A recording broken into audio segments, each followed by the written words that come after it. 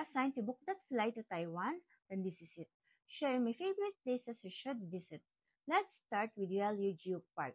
Don't miss the iconic Queen's Head Rock Formation. The Red House in Siminding. May artisan shops and cute cafes sa loob nito.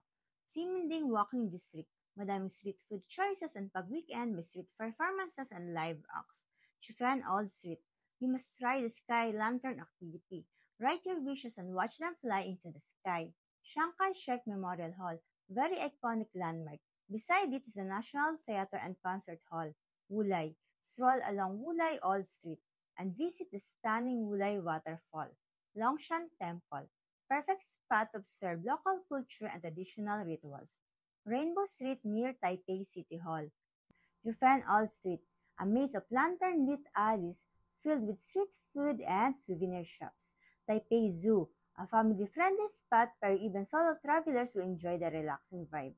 Maokong. From Taipei Zoo, you can ride the Maokong gondola. At the top, maraming tea houses overlooking the city skyline. Rainbow Village, a colorful art village painted by a former soldier grandpa Rainbow. Songshe Flower Market, famous for its seasonal flower fields. Taipei 101 Observatory. You'll get a panoramic view of Taipei City. Save this list and start planning your Taiwan adventure. You can book your tours, hotels, and activities on Klook. Don't forget to use my code Mami Helena Klook for discounts. Bye!